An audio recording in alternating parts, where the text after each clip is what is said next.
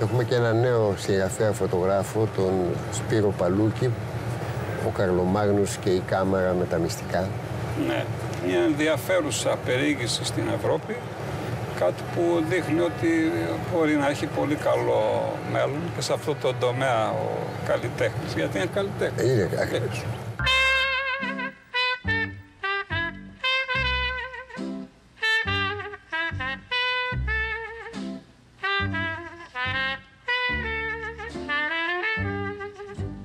Κύριε Παλούκη, έχετε γράψει ένα βιβλίο που λέγεται «Ο Καρλομάγνους και η κάμερα με τα μυστικά» από τις εκδόσεις Μαγικό Κουτί. Είναι το πρώτο μου βιβλίο και είναι μια περιπλάνηση, ένα ταξιδιωτικό δοκίμιο που έχει κάποιους προβληματισμούς δικούς μου για την Ευρώπη, για την ευρωπαϊκή ταυτότητα, ψάχνοντας απαντήσεις στα ερωτήματα και βιώνοντας την Ευρώπη με τη ματιά ενός νέου 28χρονου φωτογράφου, δοκιμιογράφου. Το βιβλίο χωρίζεται σε δύο μέρη. Το πρώτο μέρος είναι ένα δοκίμιο γραμμένο όχι με ακαδημαϊκό τρόπο, Σωστά. με ένα παιχνιδιάρικο, θα έλεγα, στυλ, που το στηρίζω σε βιβλιογραφία ιστορικών μελετητών της Ευρώπης και το στηρίζω στις απόψεις του Πολ Βαλερή, του Γάλλου φιλοσόφου, ποιητή. Ο Βαλερή έγραψε ένα βιβλίο για την ευρωπαϊκή ταυτότητα και είπε ότι ο Ευρωπαίος δεν ορίζεται από τα γεωγραφικά σύνορα. Απλά είναι ο άνθρωπος που έχει χριστιανιστεί, έχει εκρωμαϊστεί και έχει εξελληνιστεί σε όλους τους αιώνες. Ναι. Υπάρχουν 4 σκίτσες δικά σας, είναι. Είναι ενός φίλου μου σκητσογράφου, Ναι. του Βαλάντη του Καραμπατζάκη. Το πρώτο σκίτσο βλέπουμε την κατασκευή ενός θρόνου, Ναι. από αυτόν τον Ευρωπαίο που έχει όλα τα χαρακτηριστικά που περιεγράψαμε πιο πριν. Οπότε κατασκευάζει αυτό τον θρόνο της Ευρώπης. Μάλιστα. Πηγαίνουμε στο δεύτερο σκίτσο που έχουμε τους θρόνους της Ευρώπης κατασκευασμένους, το Άγιο Δισκοπότηρο, ας πούμε, της ευρωπαϊκής ουτοπίας, της ευρωπαϊκής εκπλήρωσης, ας πούμε. Στο τρίτο. Έχουμε όλους τους θρόνους και είναι οι μουσικές καρέκλες, όπως το παιχνίδι που παίζαμε στο Δημοτικό, και όλους τους αυτοκράτορες που τρέχουν γύρω από αυτούς τους θρόνους και προσπαθούν να εκπληρώσουν... Με πρώτο βέβαια τον Καρλομάγνο. Με πρώτο τον Καρλομάγνο και προσπαθούν να καταλάβουν αυτό το θρόνο, να ενοποιήσουν την Ευρώπη κάτω από τις αυτοκρατορίες τους, με τα όπλα τους. Οπότε αυτό φτάνει μέχρι και τον Χίτλερ, που ίσως αυτός εκπλήρωσε περισσότερο από τους υπόλοιπους στο ευρωπαϊκό πεπρωμένο, να ενοποιήσει όλη την Ευρώπη γύρω από μία αυτοκρατορία. Και φτάνουμε στον τέταρτο σκίτσο, που υπάρχει ο ίδιος θρόνος που κατασκεύασε ο πρώτος Ευρωπαίος και τον κοιτάει ένας θεατής σαν να είναι ένα μουσιακό έκθεμα πλέον, Ναι. και ενσαρκώνει τον πρωτογενή προβληματισμό μου για να γράψω αυτό το βιβλίο, Ναι. που είναι ένα περιστατικό που μου συμβαίνει στην Πρίζ του Βελγίου. Είναι χειμώνας, περιφέρομαι στην πόλη, θαυμάζω την πόλη, είμαι μπροστά στο Δημαρχείο που είναι γοτθικό, επιβλητικό, και έρχεται μια Ιαπωνέζα και με ρωτάει ο χώρος εδώ πέρα, η πόλη, πότε κλείνει. Εκεί σοκάρομαι εγώ και λέω τελικά μήπως στην Ευρώπη οι παρατηρητές τη βλέπουν απλά σαν μια Disneyland, σαν απλά ένα κομμάτι πολιτιστικού τουρισμού και τίποτα άλλο. Μήπως είναι ένα υπαίθριο μουσείο. Τώρα, το δεύτερο μέρος του βιβλίου έχει μικρά αφηγήματα, έτσι.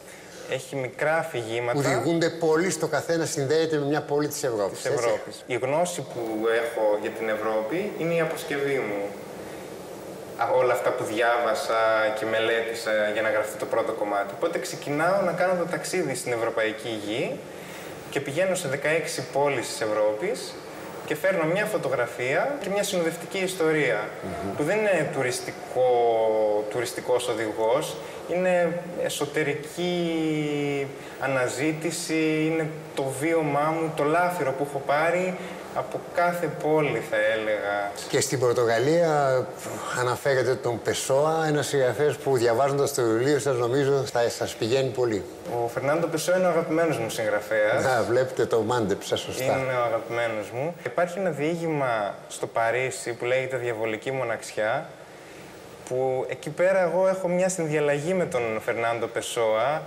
Θα έλεγα ότι είναι τα διαβάσματά μου σε ένα περιστατικό, σε μια φωτογραφία, όλες οι σκέψεις μου, χωρίς να θέλω να τον μιμηθώ, Με βάση αυτό το απεσιόδοξο εσωτερικό βίωμά του. Και οι φωτογραφίες εσείς τις τραβήξατε? Εγώ τις τραβάω. Είμαι και φωτογράφος. Μάλιστα. Ας φτάσουμε τώρα στην τελευταία φωτογραφία και στο τελευταίο δείγμα που είναι αυτά τα δύο καταπληκτικά κοριτσάκια. Είναι η φωτογραφία που μου έδωσε το έναυσμα να πω πάω καλά, μπορώ να συνεχίσω ή μπορώ να ξεκινήσω μάλλον σε αυτό το χώρο.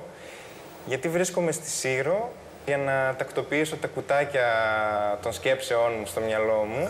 Αυτά που περισυλλέξατε στο ταξίδι, την περιπλάνηση αυτή. Και εκεί που τρώω μόνος μου είναι αυτά τα δύο κοριτσάκια και έχουν ένα κρυφό χαμόγελο, όπως συζητάνε, όπως είναι μαζί, και τραβάω αυτή την εικόνα. Και έρχεται η μητέρα τους και μου λέει, αν αυτή η φωτογραφία ποτέ βγει στο περιοδικό, να με ψάξετε. Και μετά από μισό χρόνο στέλνω αυτή την εικόνα σε ένα διαγωνισμό πανευρωπαϊκό, κερδίζω το δεύτερο βραβείο, κάνω έκθεση, τυπώνεται σε 1000 προσκλήσεις, είναι η πιο ευπόλυτη εικόνα μου, με χαρακτηρίζει αυτή η εικόνα. Είναι το τέλος του βιβλίου αυτή η εικόνα και είναι η μεσογειακή χαρά για μένα. Που κατέβηκαν από το βορρά και φτάνουν από τη θλίψη του βορρά και φτάνουν στη Μεσόγειο. Και κάτι τελευταίο, το βιβλίο το αφιερώνεται, λέτε, δικαιωματικά στη μητέρα μου, η οποία αφού κέντησε τα φτερά μου, με έσπρωξε να πετάξω στην Ευρώπη. Μου έμαθε να ταξιδεύω με τα βιβλία, έχτιζε με τους τρόπους, είναι παιδαγωγός και έχτιζε σιγά σιγά κάτι που ήταν αόρατο αυτό το κάτι, και όταν ήρθε η ευκαιρία να βγω στην Ευρώπη, να ζήσω στην Ευρώπη, τώρα να κυνηγήσω τα όνειρά μου, τα λογοτεχνικά, τα φωτογραφικά, είναι υπασπιστής μου. Είμαστε πολύ δεμένοι. Λοιπόν, σας ευχαριστώ πολύ και σας εύχομαι καλή συνέχεια στο δύσκολο δρόμο της ζωής. Ευχαριστώ κι εγώ.